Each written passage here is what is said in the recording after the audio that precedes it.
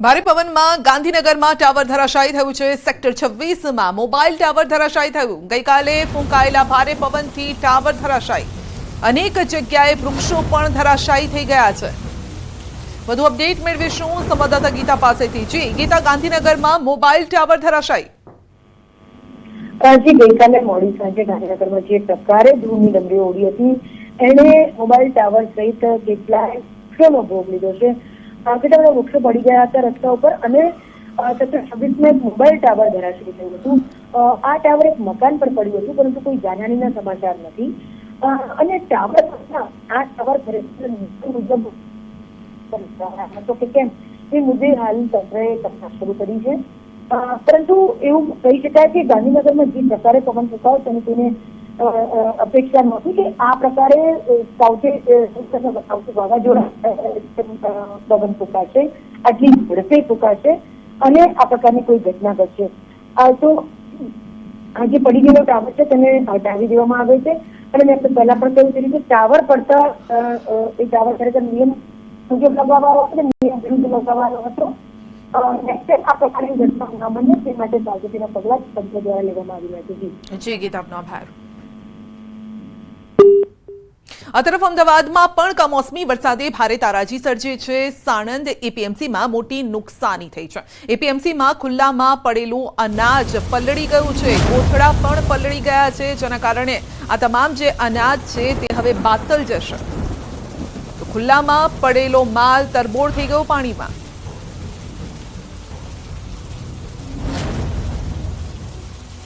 ગઈકાલ મોડી સાંજે પડેલા કમોસમી વરસાદને કારણે જગતના તાત નુકસાન થયું। સાથે જ જે રીતે કહી શકાય કે એપીએમસીઓ છે, એપીએમસીમાં રહેલા ઊભા જે મુખ્ય પાકો હોય છે તે પાકોની અંદર પણ જે જણસીમાં પણ મોટા પ્રકારનું નુકસાન છે તે જોવા મળ્યું છે। ન્યૂઝ એટીન પહોંચી છે સાણંદના એપીએમસી માર્કેટની અંદર અને ત્યાં પણ જોવા મળી રહ્યું કે અનેક જે કહી શકાય કે અનાજનો જથ્થો હતો તે મોટા પ્રમાણમાં ભીનો થઈ ગયો છે। તેની ઉપર તેને ક્યાંક વરસાદી છે તે પાણી ફરી વળ્યા છે।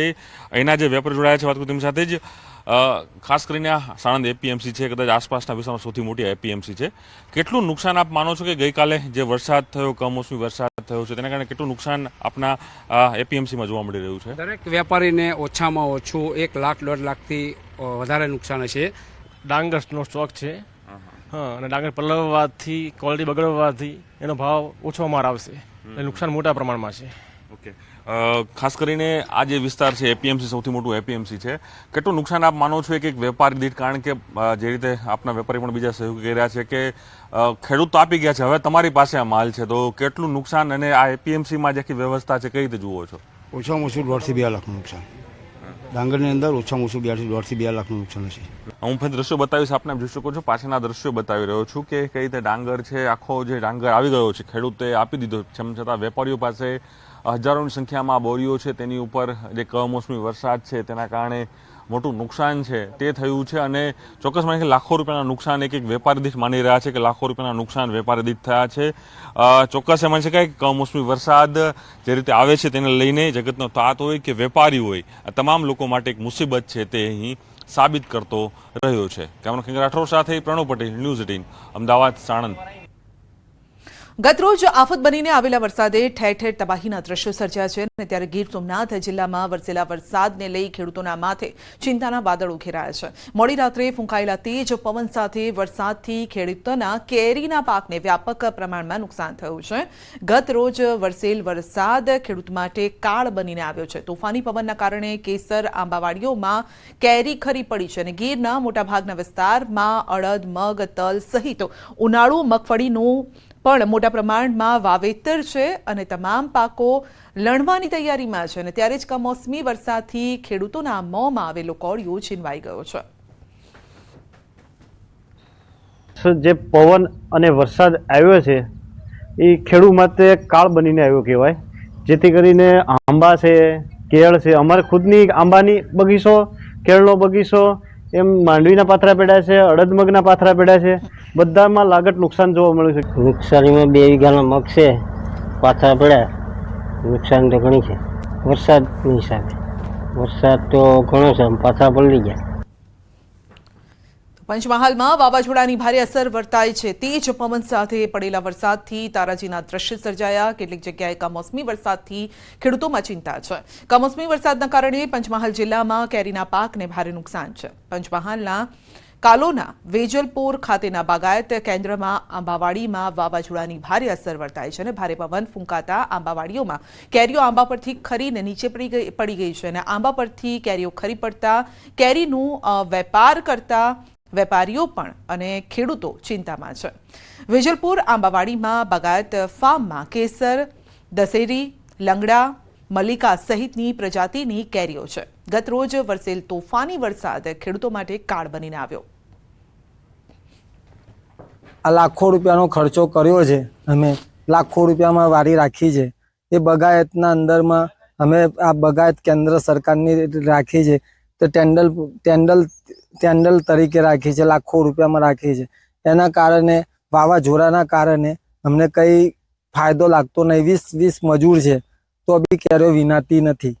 હવામાન ખાતાની આગાહી મુજબ પંચમહાલ જિલ્લામાં ગઈકાલે સાંજથી જ ભારે વાવાઝોડા સાથે વરસાદનું આગમન થયું છે, જેને લઈને ખેડૂતોને નુકસાન થયું છે. તો ક્યાંક ને ક્યાંક જે આંબા છે તેના ઉપર કેરી હતી તે પણ વાવાઝોડાને લીધે પડી ગઈ હોવાના દ્રશ્યો જોવા મળી રહ્યા છે. હાલ આપણે પંચમહાલ જિલ્લાના વેજલપુર ખાતે આવેલા બાગાયત કેન્દ્ર ખાતે છે અને અહીંયા અંદાજિત હજારો આંબાના જે વૃક્ષો છે જે આવેલા છે અને આ આંબાના વૃક્ષોમાં જો વાત કરવામાં આવે તો અહીંયા મલ્લિકા, દશેરી, રાજાપુરી, કેસર સહિતની જે પ્રજાતિની કેરીઓ છે તે છે આપ દ્રશ્યોમાં જોઈ શકો છો. હાલ હું આપને અહીંયા દ્રશ્યો બતાવવાનો પ્રયત્ન કરીશ. આપ જોઈ શકો છો જે વાવાઝોડું હતું જેને લઈને આ તમામ જે કેરીઓ છે એ કેરીઓ નીચે પડી ગઈ છે અને નીચે પડી જતા જે અહીંયા જે કેરીઓનો જે કોન્ટ્રાક્ટ લીધો છે તેને ભારે નુકસાન થવાની સંભાવનાઓ પણ જોવા મળી રહી છે.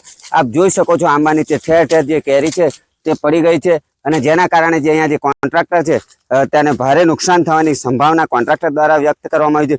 જો કે મોડી સાંજે જે વાવાઝોડું હતું તે શમી ગયું હતું, પરંતુ હજી પણ આગામી 2-3 દિવસ સુધી જે આ વાવાઝોડું અને વરસાદની જે સ્થિતિ છે જેને લઈને જો વધુ વાવાઝોડું આવે તો કેરીઓને ભારે नुकसान થવાની સંભાવનાઓ પણ व्यक्त કરવામાં આવી રહી છે. राजेश जोशी, न्यूज़ 18 गुजरात के सभी जिलों के लिए। और आज के लिए जो थंडरस्टॉर्म की वार्निंग दी गई है वो गुजरात और सौराष्ट्र रीजन के सभी जिलों के लिए थंडरस्टॉर्म की वार्निंग है। और थंडरस्टॉर्म जब होगा उस टाइम विंड की स्पीड रहेगी 40 से 50 kmph के आसपास। और जो डे 2 के लिए मतलब कल के लिए जो फोरकास्ट दिया गया है गुजरात और सौराष्ट्र रीजन के लिए आइसोलेटेड प्लेसेस पे लाइट रेन होने का पूर्वानुमान दिया गया है। और जो डिस्ट्रिक्ट हैं जहाँ पे लाइट रेन होगी कल के लिए वो है द्वारका, भावनगर, मोरबी, पोरबंदर, राजकोट, जूनागढ़, अमरेली, गिर सोमनाथ, दीव। और गुजरात रीजन के नवसारी, वलसाड़, डांग, दादरा नगर हवेली और दमन, जहाँ पे लाइट रेन और साथ में थंडरस्टॉर्म लाइटनिंग होगी। और जो कल के लिए थंडरस्टॉर्म की वार्निंग दी गई है वो है थंडरस्टॉर्म के लिए जिन प्लेसेस पे वार्निंग दी गई है वहाँ पे विंड स्पीड रहेगी थंडरस्टॉर्म के टाइम 30 से 40 kmph। और डे 3 के लिए जो गुजरात और सौराष्ट्र रीजन के लिए आइसोलेटेड प्लेसेस पे लाइट रेन होने का पूर्वानुमान दिया गया है वो ज़िले हैं अमरेली, राजकोट, गिर सोमनाथ, दीव। और गुजरात रीजन के लिए नवसार, वलसाड़ी, डांग, तापी, दादरा नगर हवेली और दमन है। और डे 4 की बात करेंगे जहाँ पे आइसोलेटेड प्लेसेस पे लाइट रेन होने का पूर्वानुमान दिया गया है वो गुजरात रीजन के जो डिस्ट्रिक्ट है जहाँ पे लाइट रेन होगी वहाँ पे वो है नवसारी, डांग, वलसाड़ और दादरा नगर हवेली। और मैक्सिमम टेम्परेचर की बात करेंगे तो मैक्सिमम टेम्परेचर आने वाले 2 दिनों के लिए नोलार चेंज में रहेगा। उसके बाद 2 से 3 डिग्री सेल्सियस का gradual temperature maximum temperature rise होगा। और मैक्सिमम टेम्परेचर रियलाइज की बात करेंगे अहमदाबाद और गांधीनगर के लिए तो अहमदाबाद का जो मैक्सिमम टेम्परेचर कल रियलाइज हुआ था वो 42.4 डिग्री सेल्सियस और गांधीनगर का 41.8 degree celsius maximum temperature realize हुआ था। और पूरे ओवरऑल गुजरात स्टेट की बात करेंगे जहाँ पे मैक्सिमम टेम्परेचर सबसे ज़्यादा रियलाइज हुआ था वो दिशा में 42.8 डिग्री सेल्सियस। सर अहमदाबाद में कैसी सिचुएशन रहेगी? अहमदाबाद में आज जो फोरकास्ट दिया गया है लाइट से मॉडरेट रेन का आइसोलेटेड प्लेसेस में। और जो थंडर स्टॉर्म होगा उसकी स्पीड रहेगी 40 से 50 kmph के बीच में।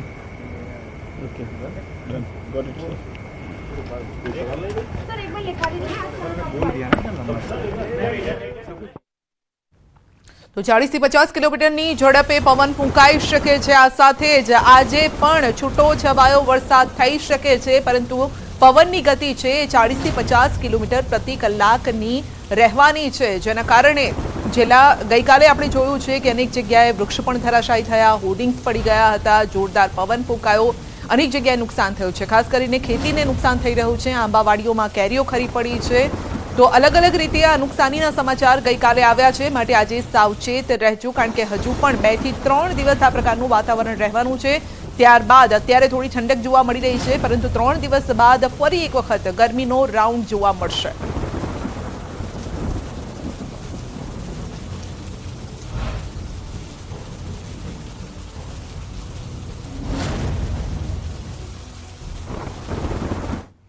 રાત દિવસ મહેનત, હજારો રૂપિયાનો ખર્ચ છતાં જગતના તાત અને રાતા પાણીએ રોવાનો વારો આવ્યો છે. બનાસકાંઠા પંથકમાં પડેલા કમોસમી વરસાદના કારણે ખેડૂતોના મોઢે આવેલો કોળિયો છીનવાયો છે. ભારે પવન સાથે વરસાદ પડતા બાજરી સહિતના પાકને નુકસાન છે. ત્યારે હજુ પણ વરસાદની આગાહીથી ખેડૂતોના માથે ચિંતાના વાદળો ઘેરાયા છે. તો ભર ઉનાળે વરસાદ અને તે પણ તેજ પવન સાથે મિની વાવાઝોડાની સ્થિતિએ ખેડૂતોની કમર તોડી નાખી છે, અને ખાસ કરીને કેરી પકવતા ખેડૂતોની હાલત દયનીય છે. ગઈકાલે મિની વાવાઝોડાએ કેરીના પાકને ભારે નુકસાન કર્યું છે. નર્મદા જિલ્લાના અંતરિયાળ ગામોમાં મિની વાવાઝોડાના તાંડવના દ્રશ્યો સામે આવ્યા છે, જેમાં ન ફક્ત કેરી પરંતુ કેળ, પપૈયાના પાકને પણ નુકસાન છે. ખેડૂતોનો ઊભા પાકને લઈને જે નુકસાન થયું છે તેને લઈને ચિંતા પણ વધી છે.